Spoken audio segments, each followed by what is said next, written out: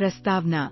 Switzerland जैसी घाटी में चली मौत। 22 अप्रैल 2025 की वह दोपहरा।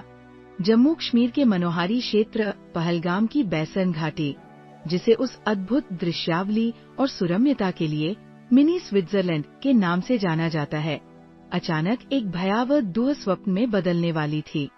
देवदार के ऊंचे पेड़ों से घिरी इस शांत, बर्फ से ढकी चोटियों और हरी भरी घास के कालीन वाली घाटी में शांत सौंदर्य और सुकून की गूंज हर तरफ बिखरी हुई थी।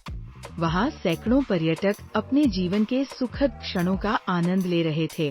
कुछ नवविवाहित जोड़े हनीमून की मिठास में खोए थे, किसी परिवार की खुशियाँ साझा हो रही थीं, तो कई मासूम बच्चे अपने कैमरे में तस्वीरों की सुंदरता कैद कर रहे थे। हर चेहरे पर संतोष छलक रहा था, लेकिन किसी को ये ख्याल नहीं था कि कुछ ही पलों में उनका जीवन बिखर जाएगा। आतंक की घड़ी, हथियारों की खनक और खून की गंध जैसे ही घाटी की समरसता में सुखद आवाजें गूंज रही थीं। अचानक वहाँ का सजीव जीवन थम गया जब देवदार के पेड़ों की आड़ से 5 आतंकवादी सामने आ गए। उनके हाथों में अत्याधुनिक M4 कार्बाइन्स और AK-47 राइफल्स थी और उनकी पीठ पर भारी बैग्स थे जो गोलियों और बारूद से भरे थे। वे धीरे धीरे घाटी में उतरे जैसे शिकारी जंगल में शिकार को आता है। वहाँ उपस्थित हर एक व्यक्ति कुछ ही क्षणों में भय और दहशत के चंगुल में फंस गया। धर्म के साये में नृशंसता की चीत्कार। घटनास्थल पर मौजूद व्यक्ति आतंकियों के हमले के कारण स्तब्ध रह गए।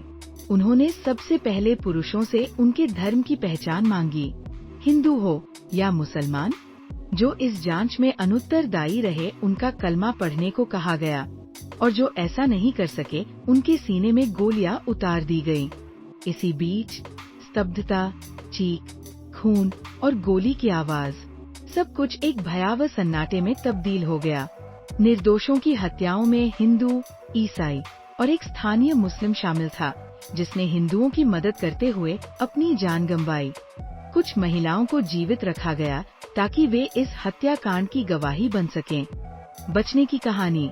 रक्तपात और भय की छाया में गोलियों की आवाजें गूंजते हुए वहाँ के बाशिंदों के लिए भय का माहौल पैदा करने लगी। बच्चे चीख रहे थे, महिलाएं बिलख रही थीं और पुरुष अपने अपनों को बचाने की कोशिश कर रहे थे। सहारा मिलने की अपेक्षा में कुछ लोग पेड़ों के पीछे छुप गए और कुछ इधर उधर भागे, लेकिन मदद का कोई नामोनिशान नहीं था। ये जगह इतनी ऊंचाई पर और दुर्गम थी कि यहाँ सहायता वाली गाड़ियाँ नहीं आ सकती थी। केवल घोड़े ही एकमात्र साधन थे। सुरक्षा बलों की बहादुरी तब तक बाधित रही जब तक कुछ स्थानीय कश्मीरी लोग मदद के लिए आगे नहीं आए। प्रतिक्रिया की लहर। सरकार से सेना तक घटना की जानकारी देर से सुरक्षा बलों तक पहुंची। CRPF के कमांडिंग ऑफिसर राजेश कुमार ने घटनास्थल पर पहुंचकर तुरंत कार्रवाई की। CRPF की कमांडो टीमें भेजी गईं, आर्मी और जम्मू कश्मीर पुलिस की टीमें घटनास्थल पर पहुंची और घायलों को निकाला गया। कुछ घायल हेलीकॉप्टर से अस्पतालों में पहुंचाए गए। युद्ध या शांति, तनावपूर्ण चिंतन। घटना के तत्काल बाद इस हमले की दहशत दोनों देशों के बीच तनाव का कारण बनी। भारत ने पाकिस्तान के आतंकी ठिकानों पर ऑपरेशन सिंदूर नाम से सर्जिकल स्ट्राइक की।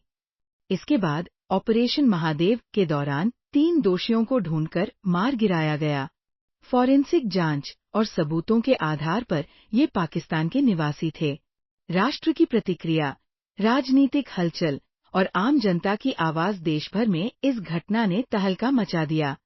प्रधानमंत्री मोदी ने इस नृशंस हत्याकांड की कड़ी निंदा की और न्याय का भरोसा दिलाया। विपक्षी नेताओं ने सरकार से कठोर कदम की मांग की। विश्व स्तर पर भी इस हमले की भर्त्सना की गई और कई देशों ने भारत के प्रति अपनी एकजुटता दिखाई। समापन।